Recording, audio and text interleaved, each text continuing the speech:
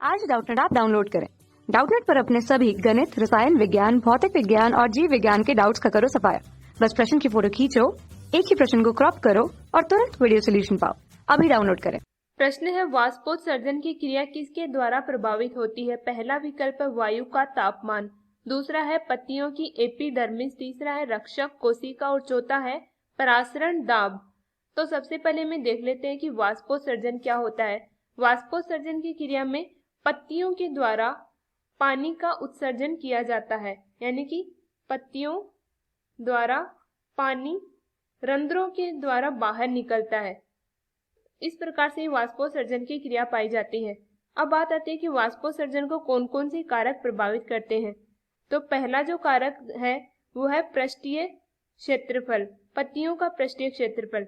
अगर क्षेत्रफल ज्यादा होगा तो वाष्पोत्सर्जन की क्रिया भी ज्यादा होगी, रंध्र ज्यादा उपस्थित होंगे इसलिए। दूसरा जो कारक है वो होता है तापमान। अगर वायुमंडल या फिर वातावरण का तापमान ज्यादा होगा तो वाष्पोत्सर्जन की क्रिया ज्यादा होगी, क्योंकि अगर तापमान ज्यादा होगा उस कंडीशन में वातावरण में पानी या फिर आर्द्रता कम होगी। आर्द्रता कम होगी इस कंडीशन में पानी ज्यादा उत्सर्जित करेंगी पत्तियां, जिससे कि पत्तियों की जो सतह होती है उसका तापमान कम हो, और कम होने के लिए वाष्पोत्सर्जन ज्यादा होगा। तीसरा जो कारक है वो होता है आर्द्रता। अगर आर्द्रता वातावरण में ज्यादा है तो वाष्पोत्सर्जन कम होता है।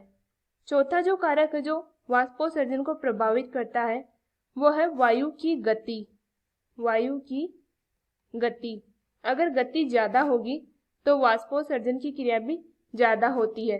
तो ये कारक होते हैं जो वाष्पोत्सर्जन की क्रिया को प्रभावित करते हैं। अब हम अपने विकल्पों में देख लेते हैं। पहला विकल्प दिया गया वायु का तापमान, तो ये सही है।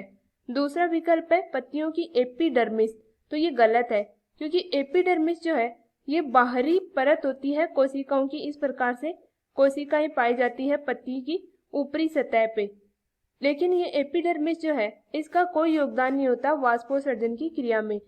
तीसरा जो विकल्प हमें दिया गया वो है रक्षक कोशिका।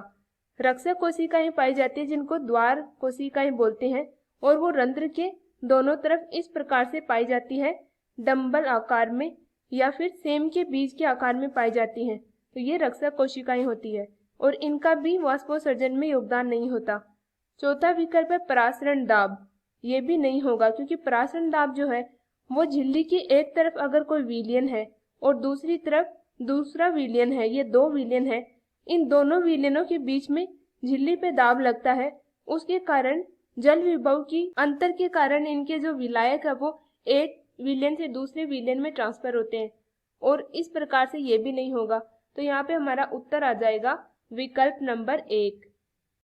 कक्षा 6 से 12वीं से लेकर नीट, IIT, JEE वो एडवांस के लेवल तक 1 करोड़ से ज्यादा छात्रों का भरोसा। आज ही डाउनलोड करें डाउटनेट ऐप या व्हाट्सएप करें अपने सारे डाउट्स 8400 400 400 पर।